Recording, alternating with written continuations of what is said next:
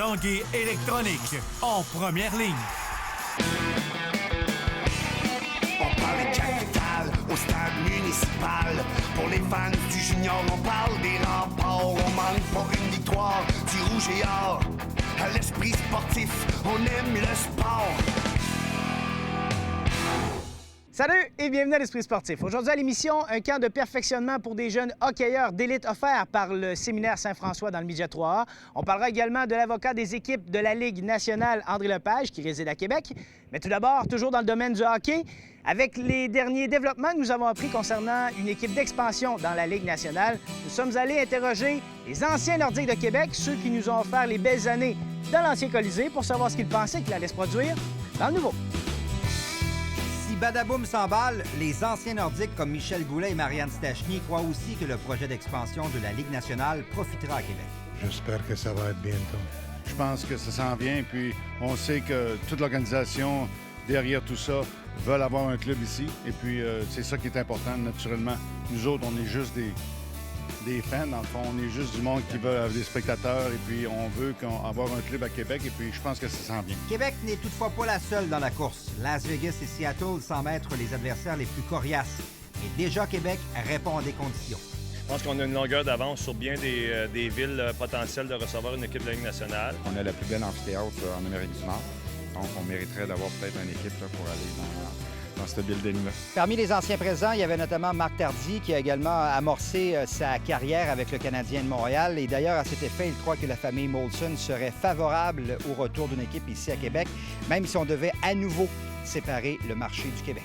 Je pense que les Canadiens sont intéressés, puis je pense que ça fait une belle compétition. Puis je pense que je crois réellement à ça. Puis je pense qu'avec la famille Molson, je suis certain que ça ferait leur affaire que les Nordiques soient là. Une autre inquiétude pour ceux qui sont sceptiques au retour des Nordiques, c'est la capacité de payer des amateurs de Québec et le prix élevé établi par Gary Bettman pour l'achat d'une équipe d'expansion. Oui, je pense que oui, qu'on est capable de faire vivre une équipe de la Ligue nationale. Dans la péréquation qu'ils font dans la Ligue nationale, là, 60 de la péréquation vient des équipes canadiennes. Toutes les équipes canadiennes sont profitables et ils font des bénéfices. Fait que, ça veut dire que Québec, ça ne changera pas des autres non plus. Pierre Lacroix ajoute que si les Nordiques revenaient, ça ne sera pas uniquement l'équipe d'une ville, mais d'une grande région. Les gens du Saguenay, les gens de la Beauce, les gens de la Côte-Nord, du Bas-Saint-Laurent, tout ça, je pense qu'ils veulent essayer de regrouper tout ça, si on veut l'Est de la province. Comme Badaboum, reste à voir si Québec réussira le coup. Stéphane Turcot, TVA Sport, à Québec. C'est ce matin au Centre Mère-Enfant du CHU de Québec que s'amorçait le parcours de la guérison du 20e tour CIBC Charles Bruno. Avec l'espoir commun de mettre fin au cancer pédiatrique et d'amasser des fonds en ce sens, 39 cyclistes parcourront plus de 300 km entre Québec et Boucherville. Parmi eux, le porte-parole et chef d'antenne de TVA Québec, Pierre Jobin. J'ai la petite Cheyenne qui est avec moi, pour qui je pédale aujourd'hui, qui est en rémission d'un cancer. C'est parfait pour elle. Hier soir, au souper, on était avec plusieurs parents, avec plein d'enfants qui sont en rémission. C'est 85 le taux de réussite maintenant. Donc, ce sont de très bonnes nouvelles. On pédale pour ces enfants-là. Et aussi, du côté de Québec, je ne sais pas si on peut montrer dans ce bâtiment-là. Ici, voyez-vous le bâtiment qui est là, la rotonde, là, qui est gris métallique, là? Juste à côté du boulevard Laurier. C'est la porte d'entrée du CHUL. Ça, c'est un entrepôt, c'est vide, ça fait 5, 6, 7 ans depuis que c'est construit. On annonce ce matin, d'ailleurs, que le 5 millions qui a été donné par la Fondation Charles Bruno, ça y est, les travaux débutent. Oncologie pédiatrique, ce sera prêt en 2017. Ça veut dire de meilleurs traitements, une chambre à pression négative, un meilleur accueil pour les parents qui... Parce que quand un enfant est malade, que ton père soit à côté de toi pendant quelques jours, là, ça aide beaucoup à la guérison. Alors, c'est pour ça qu'on pédale ce matin. Vous pouvez suivre les cyclistes sur la route via les médias sociaux ou sur le site de la Fondation Charles Bruno. Le maire de Québec, Régis Labaume, a annoncé ce matin à l'Hôtel de Ville que le Red Bull Crash Test sera de retour à Québec à l'hiver prochain. Accompagné du président de Gestev, Patrice Drouin, il a annoncé que l'événement allait présenter sa 10e édition à Québec. L'événement de Ice Cross Downhill avait attiré près de 100 000 spectateurs lors de sa dernière venue en 2014. L'emplacement du parcours et la date de l'événement seront dévoilés plus tard cet été. Après la pause à l'Esprit sportif, un camp de perfectionnement pour des jeunes hockeyeurs d'élite à Québec. On revient dans 3 minutes 30.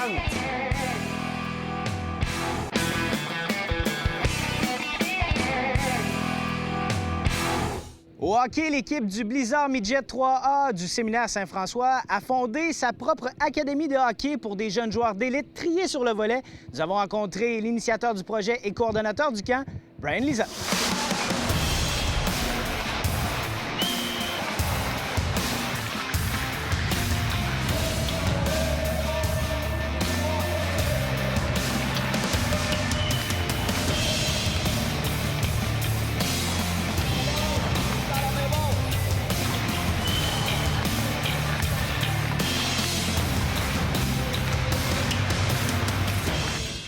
On parle de hockey en plein mois de juillet parce qu'il y a maintenant l'école de la relève du Blizzard Midget 3A qui débute cette année.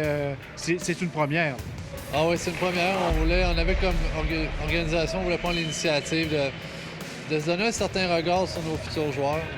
Partir en bas âge, puis apporter on va dire un peu plus une culture d'habileté, de skill, on appelle, dans le but que nos joueurs au Midget 3 ils soient beaucoup plus habiles et qu'ils ont peut-être une mentalité un peu plus offensive aussi, qu'on voulait changer la culture.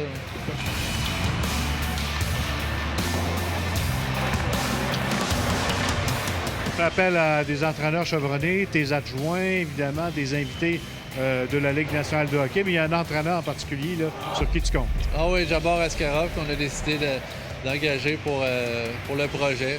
C'est sûr qu'au niveau encadrement, on a des groupes seulement de 20 jeunes avec on a 6 entraîneurs pour 20 jeunes, dont les adjoints sont des entraîneurs Midget 3A ou encore la Ligue nationale, comme Alex Tanguay. Jabbar Askarov, c'est une personne qui développe le hockey beaucoup à Détroit, à Toronto, Chicago, puis il y a une bonne clientèle au niveau des joueurs de la Ligue nationale. C'est l'entraîneur Alex Tanguay depuis 15 ans au niveau du développement de ses habiletés, puis à David Savard qui était avec les Blue Jackets, puis Xavier Ouellet qui était à Détroit, pour nommer qu'eux. Mais on est convaincu qu'on a le meilleur entraîneur pour développer les skills à travers nos jeunes joueurs de la structure Blizzard.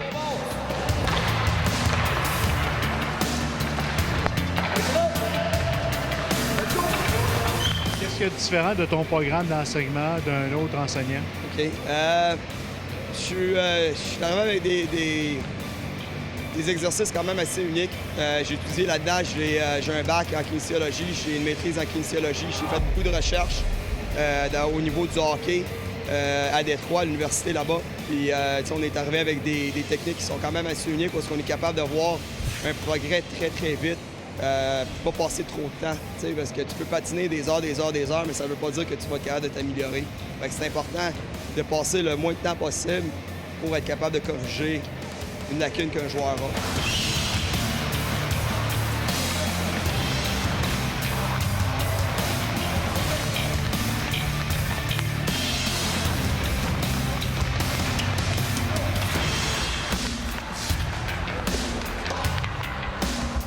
On se concentre beaucoup sur l'agilité, l'équilibre avec rondelle, sans rondelle, corps interne, corps externe, pour justement donner plus d'agilité aux jeunes pour les skills offensifs, mais aussi défensifs. On a sélectionné l'élite. On a envoyé des invitations à tous les élites au niveau Atome 2B, vraiment le territoire Blizzard, au niveau Pee-Wee 3, Bantam 3, Midget Espoir et Midget 3A, et nos joueurs à nous qui sont repêchés évidemment dans le junior majeur. Donc on a ciblé vraiment l'élite avec un contingentement. On a seulement pris 20 jeunes par groupe, parce qu'on voulait avoir vraiment que les jeunes puissent bénéficier d'un bon ratio entraîneur-joueur, mais aussi de passer le maximum de temps à sa patinoire. Contrairement aux autres écoles de hockey, ils ne passent pas la journée ici. Ils viennent se présenter pour un entraînement de 2 heures, 2 fois 1 heure, qui vont se chevaucher. Et ensuite de ça, ils retournent à la maison pendant 4 jours semaine. C'est vraiment là, 8 heures de skills qui sont divisées 2 heures par jour. On a 2 semaines dans l'été, vraiment. Une semaine aujourd'hui au mois de juillet, puis une semaine au mois d'août avant que les camps commencent. Est-ce qu'on peut voir déjà des gars qu'on pourrait retrouver au Midget 3A sur la glace cette semaine? Sans aucun doute. D'un côté, on apprend à connaître nos jeunes. Hein. On apprend à connaître nos jeunes. On regarde le cibler en bas âge, leurs forces, leurs faiblesses, de pouvoir travailler avec eux. Donc pour nous, c'est vraiment un luxe de pouvoir travailler dans ce sens-là. Mais oui, on apprend à connaître, c'est normal. Puis c'est bien correct aussi. Des fois, quand tu coaches Midget 3, tu n'as pas toujours l'occasion d'aller voir les matchs les catégories en dessous, mais c'est important de voir grandir ces jeunes puis surtout de travailler avec eux dans ce que nous, on croit puis dans ce que nous aussi, on veut développer. Là.